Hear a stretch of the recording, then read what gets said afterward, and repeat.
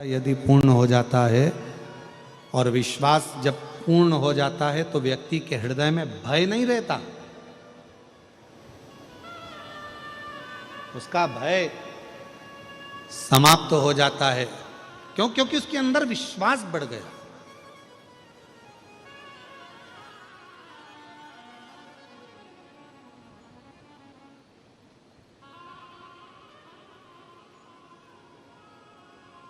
एक प्रसंग बहुत पहले एक किसी ने सुनाया था, वो प्रसंग हमारे स्मरण में आता है कि फ्लाइट में एक छोटी सी बच्ची खेल रही है और फ्लाइट ऐसा सूचना मिली है कि ये क्रैश होने वाली है, ये फ्लाइट समाप्त होने वाली है। और बेटी अपने खिलौने से खेल रही है, बच्ची अपने खिलौने से खेलने में लगी हुई है, उसको कोई मतलब नहीं क्या हो रहा है क्या नहीं, वो तो अपनी मस्ती में अपनी जिंदगी जी रही है। उस बच्ची से कहा कि एक अनाउंस हुआ है कि ये फ्लाइट समाप्त होने वाली है, क्रैश होने वाली है, और तुम रो नहीं रही हो, सब रो रहे हैं और तुम नहीं रो रही हो। सबको दुख है, तुम्हें दुख नहीं है? उसने कहा नहीं। तुम्हारी आंख में आंसू नहीं है? नहीं। तुम खेलने में लगी हो? हाँ। क्यों? क्योंकि मैं जानती हूं कि जो फ्लाइट के जो पायलट हैं, जो फ्लाइट उड़ा रहे हैं, वो मेरे पापा हैं और मेरे पापा कभी मुझे मरता हुआ नहीं देख सकते। ये मुझे विश्वास है।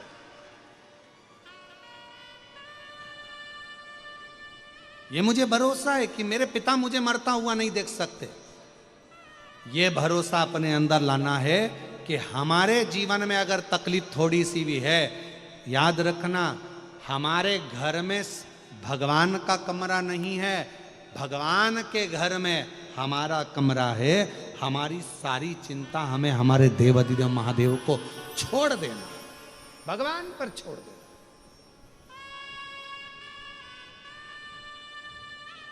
और फिर जब हमने पूरा एक पत्र है, एक पत्र में उन्होंने लिखा, मेरा नाम शांता श्याम सुंदर लाहोटी है, मैं हैदराबाद का निवासी हूँ। कहीं बैठे हो, हाथ हिलाएंगे, आ जाइए, एक बेलपत्र ले जाना, आ जाइए। मेरा नाम शांता श्याम सुंदर लाहोटी है, मैं हैदराबाद का निवासी हूँ। गुरुजी, मैं बाबा के बारे में और शिव पुराण के बारे में क्या कहूँ। नवंबर 2023 में मेरे पति देव को खून की उल्टियां हुई। हमारा परिवार बहुत डर गया, हॉस्पिटल किम्स में भर्ती कराए और डॉक्टर सारी जांचें कर कर कहा लंग्स में गांठ निकली है। कहने लगे कि इनको कैंसर की गांठ है, तुरंत ऑपरेशन करना होगा। गुरुदेव, हमने हार नहीं मानी और शिवजी पर जल और बेलपत्र चढ़ाना और उनको पिलाना प्रारंभ करा। गुरुदेव, थोड़ा सा समय बीता, ऑपरेशन का डॉक्टर ने कह दिया, थोड़े से घबरा गए, करें क्या। आखिरी में विचार करा कि ऑपरेशन कराएंगे पर थोड़ा सा समय मांगा जाए। समय मांगकर हम आए और घर पर लेकर आ गए। बच्चों ने कहा कि वो सियोर वाला महाराज कथा कहता है और कथा को अगर ध्यान से सुना जाए और जो उपाय बताता है वो करा जाए तो उसका लाभ जरूर होता है। हमने हमारे पिताजी से कहा कि आप श्री शिवाय नमस्तुभ्यम कहना प्रारंभ करो, बाबा का नाम लेना प्रारंभ करो। रोज शिवजी पे चढ़ा हुआ जल पिताजी को ला कर देते और बाबा का नाम लेने का उनको कहते। रोज प्रतिदिन यही करते करते फिर मन में आया कि वापिस एक बार जांच कराई जाए। डॉक्टर ऑपरेशन का कर रहे हैं, एक बार फिर पुनः जांच के लिए भेजा जाए। तब फिर दूसरे डॉक्टर के पास लेकर गए, क्योंकि घर के लोग कहते हैं कि शिव महापुराण की कथा अपना असर जरूर दिखाती है। एक बार वापिस दूसरे डॉक्टर से जांच कराई जाए और हम दूसरे डॉक्टर के पास दूसरे हॉस्पिटल में लेकर गए तो डॉक्टर ने जांच करना प्रारंभ करी और जांच कर कर कहा कि इनको कोई बीमारी नहीं है। श्याम जी, आपके गली में जो आपकी नली है, उस नली के अंदर सुपारी का एक टुकड़ा फंस गया है, जिसके कारण आपको गठान जैसा महसूस हो रहा है। और बाबा की कृपा से आज पूरी तरह से कोई कैंसर नहीं, कोई तकलीफ नहीं, और शिव जी की कृपा से आज श्याम जी पूर्ण तरह से स्वस्थ हैं। हम बाबा को यहाँ प्रणाम करने के लिए आए हैं, नमन करने के लिए आए। मैं भूतड़ा परिवार को धन्यवाद देती हूँ जिन्होंने हमको ये पवित्र कथा सुनने का मौका दिया। ब्रजगोपाल जी आपको फिर साधुवाद, खूब बाबा की ऐसी ही कृपा बनी रहे। एक बार जोरदार ताली बजाकर साधु साधु। शिव शिव है, शंकर शंकर है, शंभु शंभु है।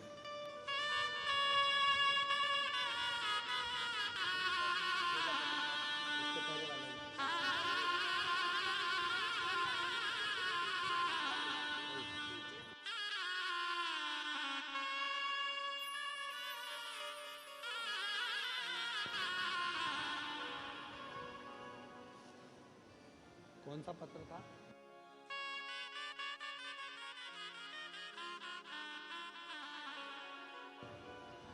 इनकी बेटी को एक तकलीफ थी, डॉक्टर के हिसाब से वो ठीक नहीं हो सकती थी, हाइपर एक्टिव थी। वो डॉक्टर ने कह दिया था वो ठीक नहीं होगी, पर बाबा की कृपा से 13 साल की बेटी पूर्ण तरह से स्वस्थ हुई है। एक बार जोरदार ताली बजाकर साधु। शिव शिव है, शंकर शंकर। और महादेव नमन चरणों में स्वीकार कीजिए, सबका किया है मेरा भी उद्धार कीजिए, उद्धार कीजिए। एक बार आप भी बोलो, महादेव नमन चरणों में स्वीकार कीजिए, सबका किया है मेरा भी उद्धार कीजिए, उद्धार कीजिए। है त्रिपुंडधारी, है त्रिशूलधारी, है त्रिपुंडधारी, है त्रिशूलधारी। चरणों में तेरे बाबा जी पावन है चारों धाम, चरणों में तेरे बाबा जी पावन है चारों धाम। तेरी देव करते वंदना पूजे सीताराम, तेरी देव करते वंदना पूजे सीताराम। हो जाए पूरी कामना, हो जाए पूरी कामना। उपकार कीजिए, सबका किया है मेरा भी उद्धार कीजिए, उद्धार कीजिए। हे त्रिपुंडधारी, हे त्रिशूलधारी, हे त्रिपुंडधारी, हे त्रिशूलधारी। शिव शिव है। कितना भरोसा होगा। डॉक्टर ने कह दिया कि लंग्स में गठान है, कैंसर है, और शिव पर कितना भरोसा करा होगा। मैं श्री श्याम सुंदर लाहौटी जी को बहुत बहुत साधुवाद देता हूं कि आपका भरोसा आपको जिता दिया, आपका भरोसा आपको जिता दिया।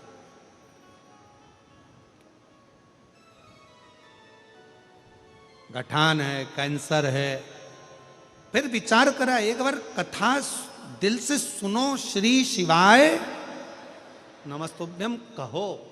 उस पत्र में उन्होंने लिखा, हमने हमारे पिताजी से कहा केवल श्री शिवाय नमस्तुभ्यम का जाप करो, जपो, और 1 लोटा जल शिव को चढ़ाकर देना प्रारंभ। फिर वापस पहुंचे हॉस्पिटल में जांच कराने।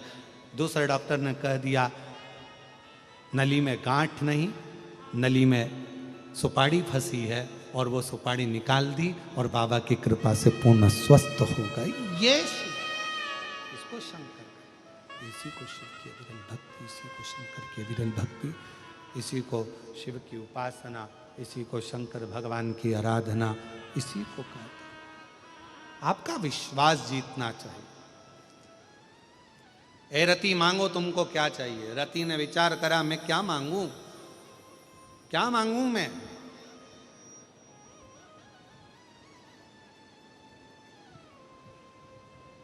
क्या मांगू मैं भगवान, क्या। शंकर भगवान कह रहे हैं रति मांग लो।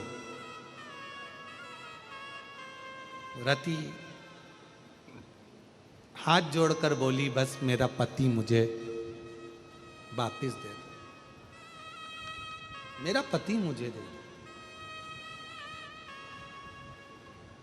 और मुझे कुछ भी नहीं चाहिए, बस मेरा पति मुझे मिल जाए।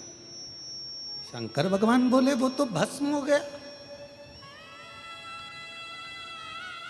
कामदेव तो मेरे सामने जलकर भस्म हो गया और तुम कह रही हो कि मुझे पति दे दिया। अब वो कामदेव तो भस्म हो गया, तो मिलेगा कैसे।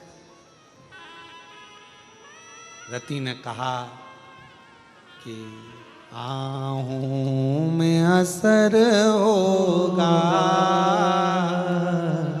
घर बैठे बुलाएंगे, तुम रूठे रहो भोले, हम तुम्हें मना लेंगे। तुम कहते हो भोले हमें काशी प्यारी है, तुम कहते हो भोले हमें काशी प्यारी है। एक बार तो आ जाओ, काशी भी बना देंगे। एक बार तो आ जाओ, काशी भी बना देंगे। तुम रूठे रहो भोले, हम तुम्हें मना देंगे। बाबा, आप कह रहे हो कि मेरा पति जलकर भस्म हो गया, मेरा पति कामदेव जलकर भस्म हो गया, आप कह रहे हो।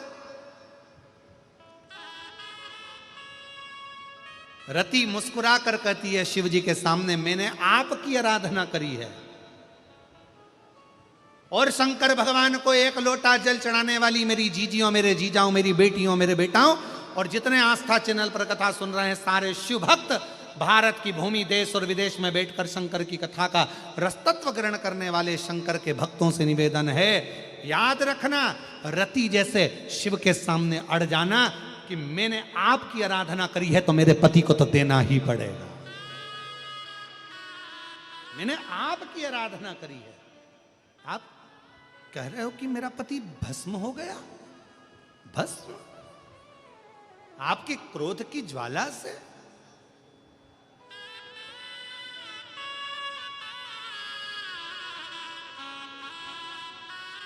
मैं जानती हूं ये कठिन है, और तुम कहते हो भोले हमें गंगा प्यारी है।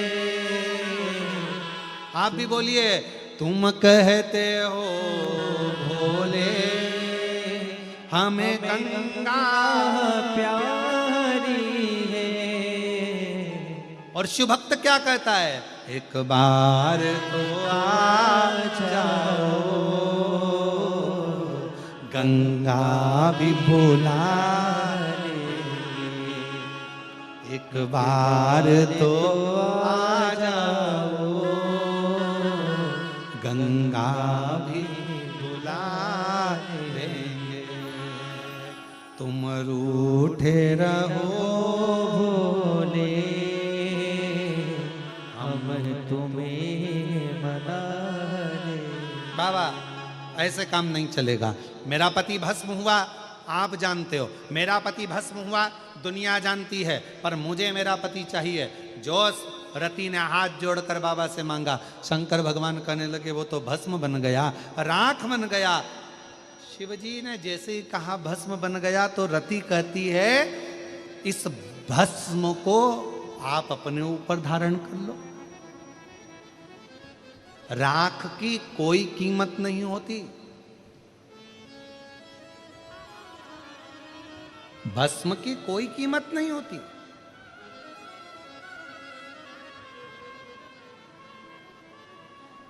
अच्छा एक बात बताओ, कचरे की कोई कीमत होगी? अरे जम के तो बोलो नहीं। पर वही कचरा अगर किसी सुनार की दुकान का हो तो अब जम के बोलो कीमत होगी कि नहीं होगी? कचरे की कीमत नहीं है, पर कचरा अगर सुनार की दुकान का है तो उसकी कीमत है। राख की कीमत नहीं है, भस्म की कीमत नहीं है, पर वही भस्म यदि शिव पर चढ़ी है तो वो कीमत वाली है, उसकी कीमत है।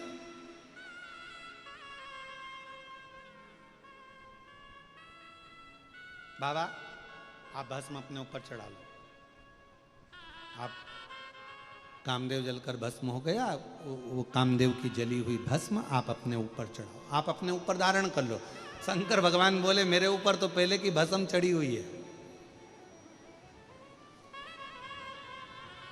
मेरे ऊपर पहले से ही भस्म चढ़ी है।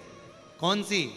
मेरी धर्म पत्नी सती जो जलकर भस्म हुई थी, उसकी भस्म मैंने तन पर धारण करी है। बाबा आप इनकी भी भस्म धारण करो।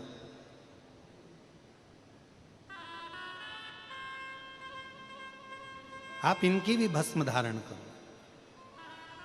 शिव जी ने मना करा। रति हाथ जोड़कर खड़ी रही। आपने कहा है वर मांगो, आप कहते हो वर मांगो। मैं वर मांग रही हूं, मेरे पति की भस्म आपके तन पर चढ़ा लीजिए। क्यों? रति बड़ी विद्वान थी, बहुत चतुर थी रति। रति को मालूम है शंकर भगवान के तन पर सती की भस्म चढ़ी है तो सती को वापिस जन्म लेना पड़ेगा और शंकर की होना पड़ेगा। सती वापिस जन्म लेगी और रति जानती है अगर कामदेव की भस्म शिव के शरीर पर चढ़ गई तो कामदेव भी फिर जन्म लेगा और कामदेव मेरा होकर रहेगा। एक बार भस्म चढ़ना चाहिए, बस एक बार बस। और शिवजी मना कर रहे हैं, मैं कामदेव की भस्म अपने अपने शरीर पर धारण नहीं करूंगा, मेरे ऊपर तो सती की भस्म चढ़ी है।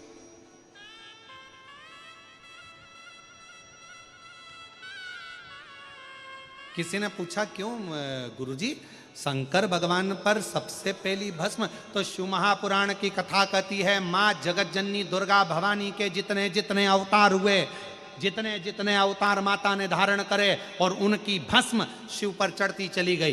जिस देवी की भस्म चढ़ती थी उसको दूसरा रूप लेना पड़ता था, फिर भस्म चढ़ी फिर रूप लिया, फिर भस्म चढ़ी फिर रूप लिया। ऐसे भस्म का प्रतिबिंब शिव कथा कहती है कि शंकर भगवान, और इसीलिए शायद दुनिया के लोग शिव भक्त कहते हैं कि इतनी कृपा करना भोले बाबा कि जब भी जन्म मिलेगा सेवा करेंगे तेरी, और कहते तुमसे बाबा शरण पड़ेंगे तेरी।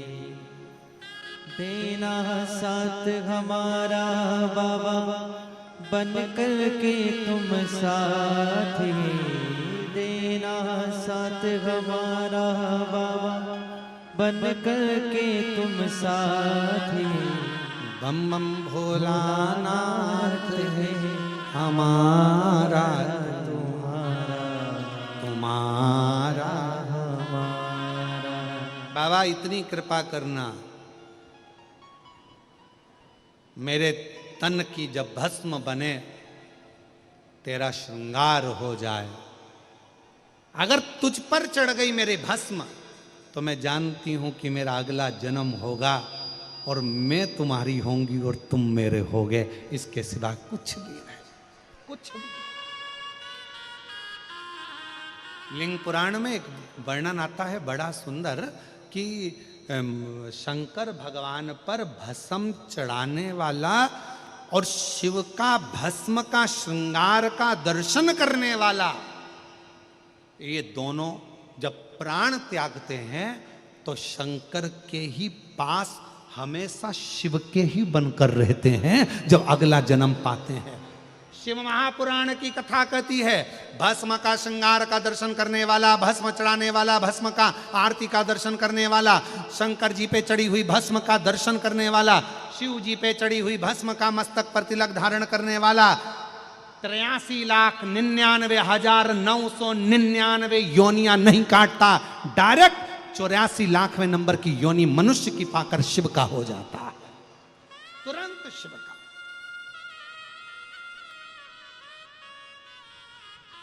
उसका जन्म बार बार नहीं होता। शास्त्र कहता है मनुष्य अगर प्राण छोड़ेगा तो वापिस उसको फिर छुपकली बनना पड़ेगा, झिंगुर बनना पड़ेगा, इल्ली बनना पड़ेगा, जलचर बनेगा, थलचर बनेगा, वायुचर बनेगा। कई लोग बहुत सारे, ऐसा नहीं कि ना जाने कितने कितने रूप करना पड़ते हैं। जो ज़्यादा निंदा करता है, चुगली करता है, खूब गंदा गंदा बोलता है, दिन भर निंदा में डूबा रहता है, दिन भर निंदा करता रहता है, दिन भर बुराई करता रहता है, उसको अगला जन्म कुत्ते का मिलता है। और कुत्ते का जन्म पाकर वो फिर गली में कुत्ते ऐसा भौंकता रहता है, क्योंकि जिंदगी भर उसने निंदा करी, खूब बुराई करी, बुराई करी, बुराई करी, बुराई करी, जगत में बुराई करता है, तो अगला जन्म कुत्ते का पाता है। कुत्ता बनकर फिर वो गली गली में भौंकता रहता है, और आखिरी में कोई नहीं सुनता तो भोग भोग के मर जाता है, क्योंकि उसने निंदा करी, बुराई करी। जो दिन भर छुपकर, एकदम चुप रहकर, छुपकर दिन भर अंदर ही अंदर एक दूसरे को कोसते रहते, जलते रहते, जलते रहते, वो माथे में जुआ बन जाते, जुआ। फिर उनको कोई ऐसा निकाल लेता है और निकाल के अंगूठे पे रख के निपटा देता है, वो जुआ बन। तो जिन जिन के माथे में जुआ हो उसको देख लेना, एक बार तुम्हारी पड़ोसन ही होगी, हो सकता है। अंदर तुम्हें देख देख के जल रहा है, कुड़ रहा है, अंदर अंदर बस भीतर से जले जा रहा है। इतना कैसे कर लिया, इतनी फैक्ट्री कैसे बना ली, इतना व्यापार कैसे बन गया, इतना मकान कैसे बना लिया, इतनी गाड़ी कैसे आ गई, इतना बंगला कैसे आ गया। जो अंदर से कुड़ता रहता, कुड़ता रहता, कुड़ता रहता है, एक ना एक दिन वो मरने के बाद, बोलो जम के बोलो, जुआ बन जाता है। और फिर उसको धीरे से निकाला जाता है, अंगूठे पर रख के निपटा दिया जाता है, जा फिनिश।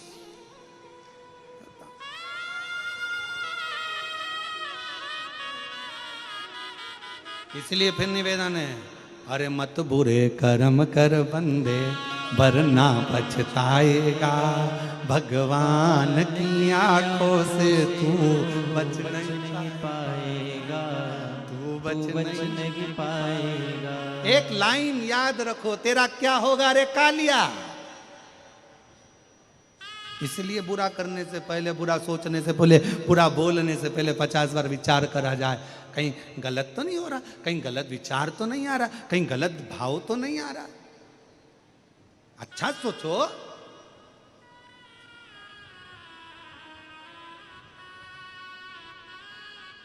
शिव कथा कह रही है, मेरे पति की भस्म, रति कह रही है कामदेव की भस्म आपने ऊपर चढ़ा लीजिए। शिव जी मना कर रहे हैं, मैं कामदेव की भस्म नहीं चढ़ाऊंगा, मैं कामदेव की भस्म नहीं चढ़ाऊंगा। और मेरा निवेदन इस व्यासपीठ के माध्यम से, हम इस व्यासपीठ के माध्यम से निवेदन करें, कभी मौका मिल जाए बाबा के भस्म का दर्शन करने का, कभी मौका मिल जाए मेरे महाकाल के भस्म आरती का, कभी मौका मिल जाए मेरे शंकर के ऊपर चढ़ी हुई भस्म को अपने मस्तक पर लगाने का, एक क्षण की भी देरी मत करना, एक क्षण की भी।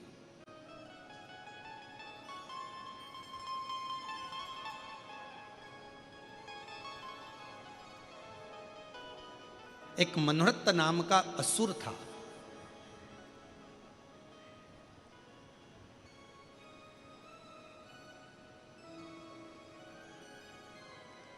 मनोरथ नाम का एक असुर बहुत पाप किया उसने, जिंदगी में बहुत पाप किया, बहुत।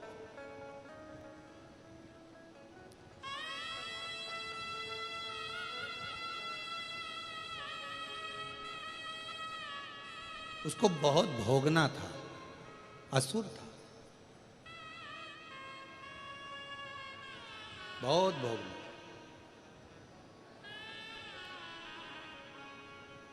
और मनोरथ को मालूम था कि मैं मरूंगा और मेरे को प्रेत की योनि मिलेगी और मैं भटकूंगा, तड़फूंगा, मेरी गति नहीं होगी, मेरा मोक्ष नहीं होगा, मुझे सुख नहीं मिलेगा, मुझे परेशानियां झेलना पड़ेगा।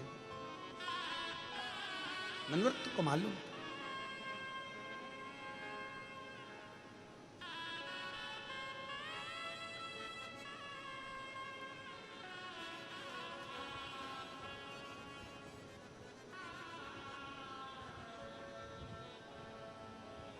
एक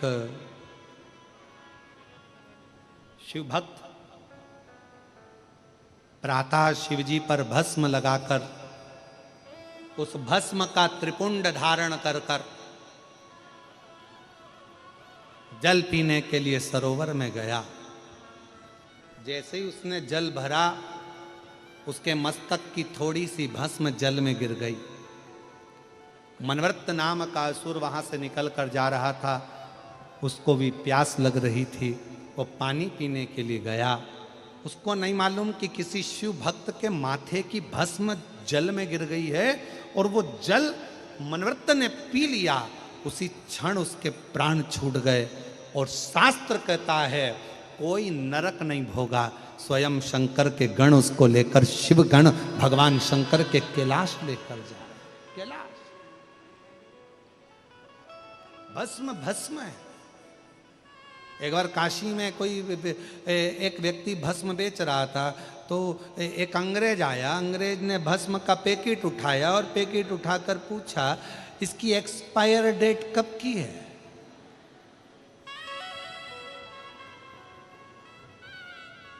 काशी में रहने वाले व्यक्ति ने भस्म के पैकेट को लेकर हाथ में कहा, इसकी एक्सपायर डेट का पता नहीं है, पर तुम जब तक सिर पर लगाते रहोगे तुम्हारी एक्सपायर डेट खसकती रहेगी।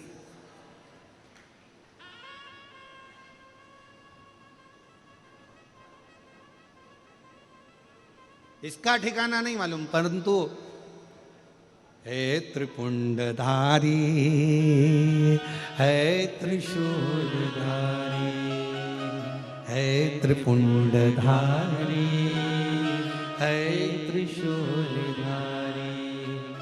बस मस्तक पर भस्म का कितना भाव। स्वयं रति कह रही है कि मेरा पति चले गया, कामदेव भस्म हो गए, आपने जैसे सती की भस्म अपने तन पर धारण करी है वैसे इनकी भस्म पहनो। शिव जी मना कर रहे हैं, मैं ये भस्म धारण नहीं कर सकता, इस भस्म को मैं धारण नहीं करूंगा, इसको मैं धारण नहीं कर सकता। क्योंकि शंकर भगवान को मालूम है अगर मैंने भस्म लगा ली तो इस कामदेव को वापिस पृथ्वी पर जन्म लेना पड़ेगा, इसको वापिस आना पड़ेगा। और रति पीछा पकड़ कर बैठी है, आपको भस्म धारण करना पड़ेगा, धारण करो।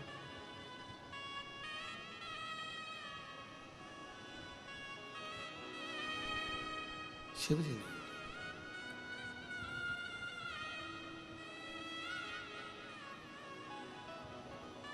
शिव कथा कह रही है।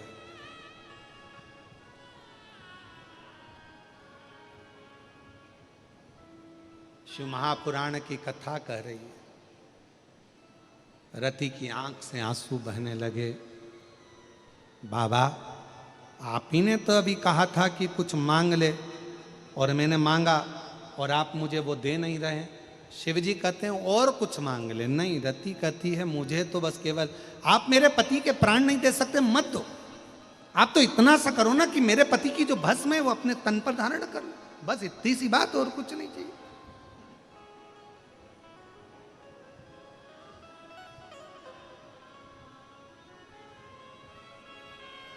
ठीक है,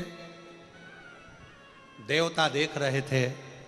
भगवान ओघड़दानी ने, शंकर भगवान ने कामदेव की जो भस्म थी, उस भस्म को भगवान शंकर ने अपने तन पर जो धारण करा,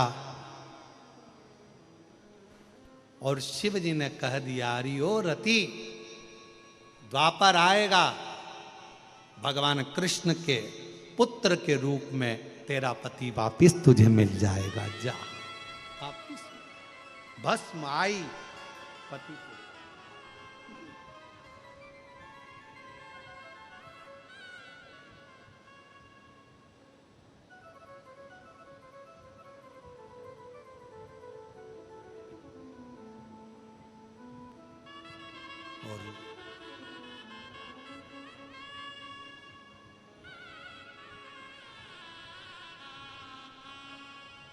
मेरी भस्म चढ़े आप पर हो उद्धार हमारा। बाबा, भस्म का श्रृंगार, भस्म का दर्शन और भस्म धारण करना, ये भगवान शंकर की अविरल भक्ति है। और मेरी जीजियों, मेरे जीजाओं, बेटियों, बेटाओं, मेरी माताओं, मेरे बुजुर्ग, मेरे माता पिता तुल्य जितने भी भाई बंधु बैठे हैं, आप सबसे निवेदन करूं, ज़्यादा नहीं तो प्रयास करा करो अपने घर में काशी की या उज्जैनी की या जो भी बड़ा शिवालय हो, वहाँ की थोड़ी सी भस्म अपने घर में होना चाहिए। क्यों? कभी कभी हफ्ते भर, 15 दिन, 20 दिन, 25 दिन में वो भस्म यदि हमारे कंठ पर, मस्तिष्क पर या अपनी जो अच्छी जगह है, कोई फैक्ट्री है, कोई दुकान है, कोई व्यापार है, कोई व्यवसाय है, अन्य जगहों पर कोई कह देता है इसने टोना कर दिया, कोई ने कहे उसने टोटका कर दिया, कोई ने कहे इस पे कुछ ने कोई जादू कर दिया। ना ना ना, शंकर की भस्म अगर किसी घर में है, शिव के शिवलिंग पर चढ़ी हुई भस्म यदि आपके पास में है, तो दुनिया का ना तो कोई टोना हो सकता है, ना कोई टोटका हो सकता है, ना कोई हवा हो सकती है, ना कोई हानि हो सकती। शिव भस्म में वो बल हो, शिव भस्म।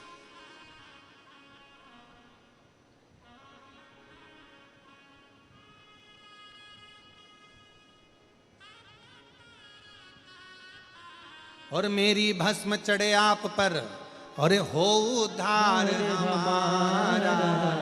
बाबा भोलानाथ है हमारा, तुम्हारा तुम्हारा हमारा।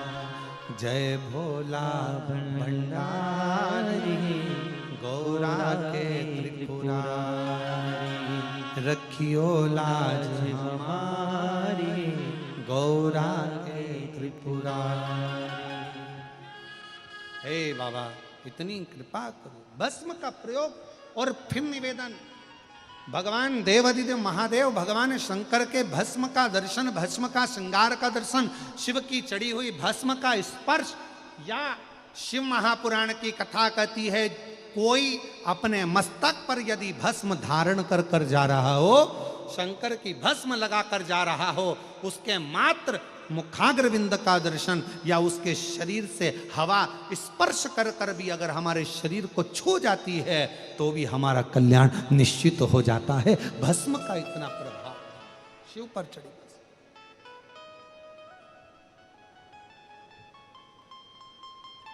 शंकर भगवान पर चढ़ी भस्म का इतना भाव, इतना। रति ने शिव जी पर कामदेव की भस्म को देखा, शंकर भगवान ने वर दे दिया कि तुम्हारा पति द्वापर में मिलेगा, कृष्ण भगवान के पुत्र के रूप में मिलेगा, तुम्हें क्यों चिंता करते, क्योंकि ये भस्म मुझ पर चढ़ गई।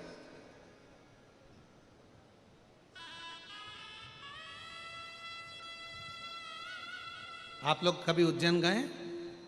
कौन कौन गया है? जरा हाथ उठाओ। सब गए? भस्म आरती का दर्शन किस किस ने किया है? सबने करा है। कभी मौका मिले ना हमारी उज्जैनी में बाबा अवंतिका नाथ की नगरी में जाकर कभी बाबा के भस्म श्रृंगार का, कभी बाबा के भस्म आरती का, कभी बाबा के भस्म स्वरूप का दर्शन करें। कभी विश्वनाथ जी जाएं तो बाबा के भस्म स्वरूप का दर्शन करिए, भस्म आरती का दर्शन बाबा का।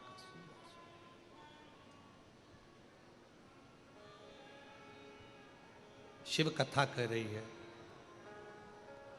नेत्र खुल गए शिव जी के।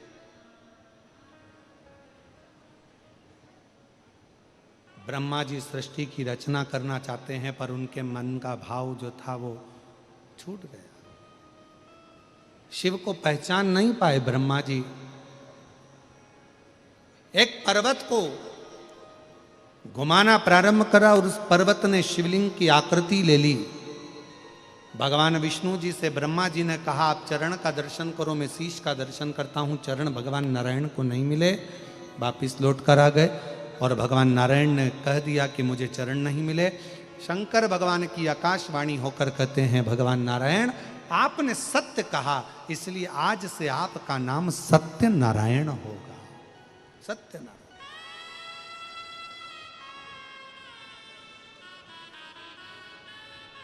भले भगवान का नाम सत्यनारायण हुआ, पर आज का जो जमाना है ये कलिकाल, आज के जमाने में सत्य बोलना भी भारी पड़ जाता है।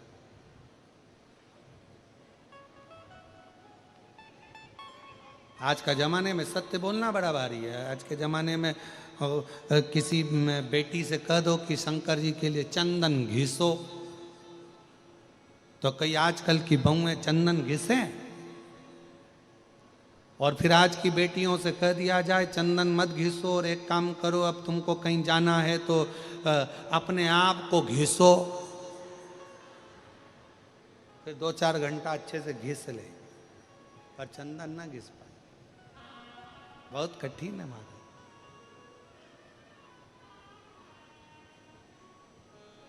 और अपना घिसा संसार के काम आया, पर भगवान शंकर के लिए जो चंदन घिसा वो हमारे आखिरी दम तक काम आया, अंतिम तक काम आया, कि अंतिम क्षण में भी वो चंदन का भाव, अंतिम क्षण।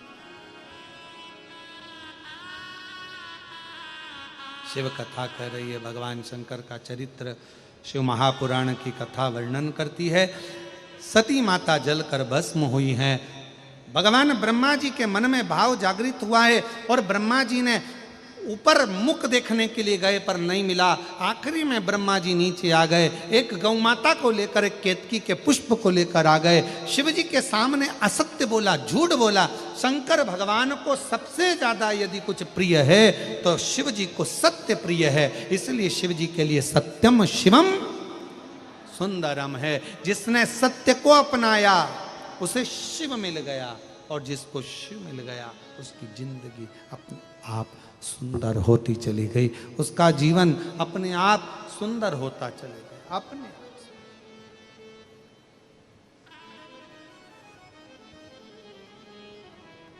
पर आज के जमाने में सत्य बोलो भी तो कैसे बोलो,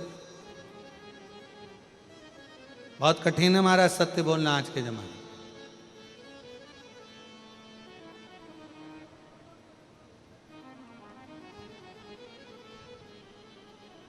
एक दामाद बड़ा काला था, बहुत काला। ससुराल आया, सासू जी ने उसको खूब रबड़ी खिलाई, श्रीखंड खिलाया, दही खिलाया, दूध खिलाया। अब दामाद जाने लगा तो सास बोली नहीं नहीं साहब अभी नहीं जाओगे, अभी थोड़ा दिन और रुको, तुम्हारे रहते हैं हमको भी दूध दही खाने को मिल जाएगा। दामाद को लगा आज तक सास ने कभी नहीं रोका, पर पहली बार रोक रही है, इतना मान सम्मान दे रही है, और क्या कह रही है तुम्हारे चक्कर में हमको भी श्रीखंड मिलेगा, हमको भी दही मिलेगा, हमको भी दूध मिलेगा, जरूर कोई बात है। इतने में सास ने कहा नहीं साहब रुकना पड़ेगा। तो दामाद ने पूछा माँ जी कभी नहीं रोकी, पहली बार रोक रही हो, इतना प्रेम से रोक रही हो, क्यों रोक रही हो? इतने में दामाद ने पूछा तो सास बोली हमारी जो भैंस है ना उसका बछड़ा हुआ था पाड़ा, वो मर गया, पर जब से तुम आए हो ना तुम्हें देखकर दूध अच्छा दे रही है।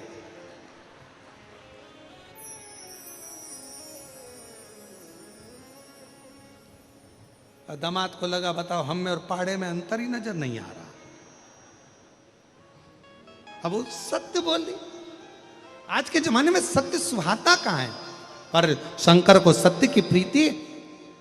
ब्रह्मा जी ने झूठ बोला, शीश कटा, कर्मनाशा नदी प्रकट हुई, बट का पेड़ ब्रह्मा जी के मुख से प्रकट हो गया।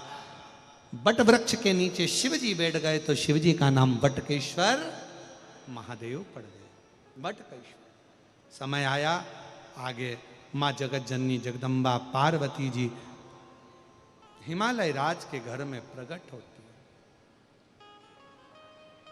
और बड़ा सुंदर शिव जी को दूल्हा बनाने की तैयारी है।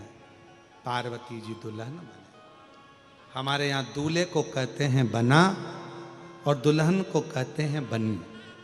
आप लोगों के यहाँ भी शायद हैदराबाद में कहते होंगे दूल्हे को बना, दुल्हन को जम के तो बोलो बनी। और दोनों में ही नहीं बनी तो काय का बना और काय की बनी? भाई दोनों में बने तो समझ लो कि बना और बनी है। बने का मतलब क्या होता है? शादी के 8 दिन पहले से गाते हैं बना जी बना जी बना जी। बना जी का मतलब बना के चलना जी। और बनी जी बनी जी बनी जी का मतलब है बनी रहना।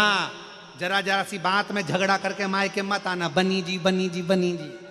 कितना 8 दिन पहले से गाते हैं, 8 दिन पहले से लगे रहते हैं, बना जी बनी जी बनी जी, इंदौर जाना जी, वहाँ से लहंगा लाना जी, फिर पहन के आना जी, फिर ऐसा जी, फिर वैसा जी। कितना कितना समझाते हैं, बनी जी बनी जी बनी जी बनी जी। मैं लड़की नहीं कहते, दुल्हन नहीं कहते, मैं बनी बनी और बना, कि बना कर चलना। ये जीवन बहुत कठिन है, तुम दोनों में बनकर चलेगी तो पूरा घर अच्छा चलेगा, और तुम दोनों में नहीं बनी तो पूरा घर बिखर जाएगा। इसीलिए बना कर चलना। शिव जी दूल्हा बने, पार्वती जी दुल्हन बनी, शंकर जी बना और पार्वती जी बनी। चलिए, सुंदर भगवान देव अधिदेव महादेव की सुंदर बारात जाने का समय, खूब सुंदर श्रृंगार, खूब सुंदर। दुनिया की पहली बारात थी, जहां दुनिया का एंड होता है वहां से शुरू हुई थी। कहां से? शमशान से शिव जी की बारात चालू हुई थी। नंदी पर बैठना था आगे से, नंदी का मुंह उधर, शिव जी का मुंह उधर। किसी ने पूछा भोले बाबा से, शादी हो रही है सीधे तो बैठ जाओ। शंकर जी बोले, हमारा कोई बाप नहीं, हमारा कोई भाई नहीं, बारात कैसे देखेंगे? आगे से नंदी देखेगा, पीछे से हम देखेंगे, इसीलिए उल्टे बैठे और चली बारात। सुंदर श्रृंगार कर कर, और आज भोले बाबा की शादी है। भगवान शंकर जी की सुंदर बारात आ रही है। जोरदार ताली बजाकर स्वागत करेंगे बड़े आनंद के साथ। सब नाचते कूदते अपनी अपनी जगह पर खड़े होकर दोनों हाथों से बड़े प्रेम के साथ आज बलभद्र छठ की सबको बधाई आनंद के साथ। आज भोले बाबा की शादी है, आज भोले बाबा की शादी है। लगता है जैसे सारे संसार की शादी है, आज भोले बाबा की शादी है, आज भोले बाबा की शादी है। दोनों हाथों से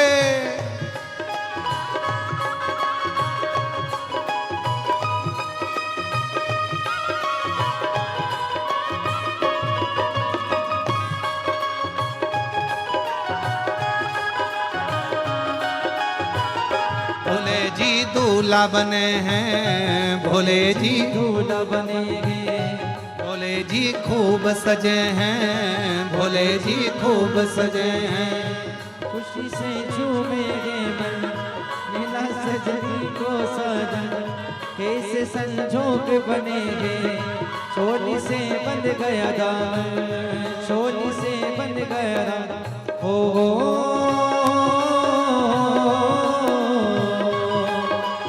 ऐसा लगता है सारे कैलाश पे मस्ती है, आज भोले बाबा की शादी है, आज भोले बाबा की शादी है। माता पार्वती जी शिव जी के गले में जयमाला पहना रही हैं। जोरदार ताली बजाकर स्वागत करें मां जगत जननी का। बाबा भोलेनाथ भगवान मां पार्वती जी के गले में जयमाला पहना रहे हैं बड़े आनंद के साथ।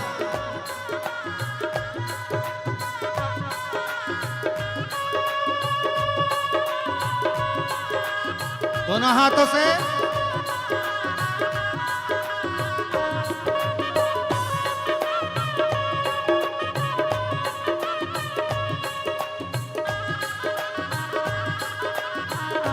हर हर महादेव। सुंदर मंगल विवाह भगवान शिव जी का हुआ है और बड़े भाव के साथ में आनंद के साथ ये पवित्र कथा आज द्वितीय दिवस के अवसर पर विराम की ओर जा रही है। आरती का क्रम प्रारंभ होगा। कुछ नाम की सूचना आशीष जी दे रहे हैं।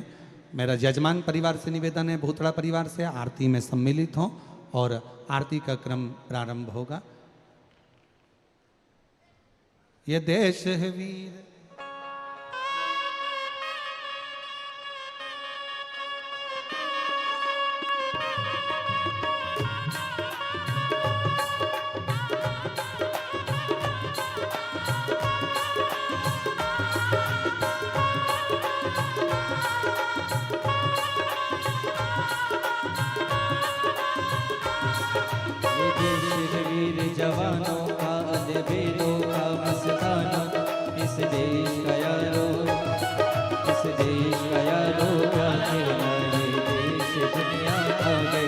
शंभो।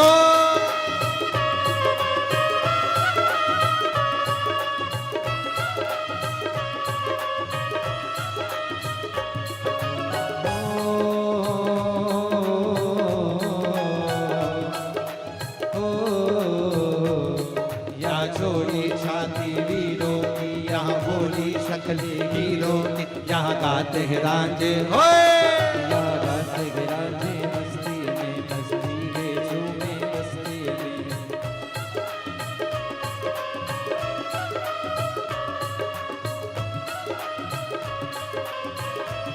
हर हर महादेव हर। बड़े भाव के साथ आरती का क्रम प्रारंभ होगा। आगे कथाओं का क्रम 9 सितंबर से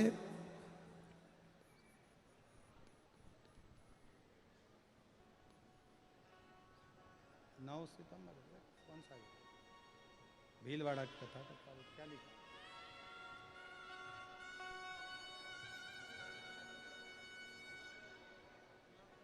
9 सितंबर से 15 सितंबर तक भीलवाड़ा राजस्थान में शिव महापुराण की कथा का दिव्य और भव्य आयोजन होगा। भीलवाड़ा राजस्थान में 9 सितंबर से 15 सितंबर तक। हर हर महादेव।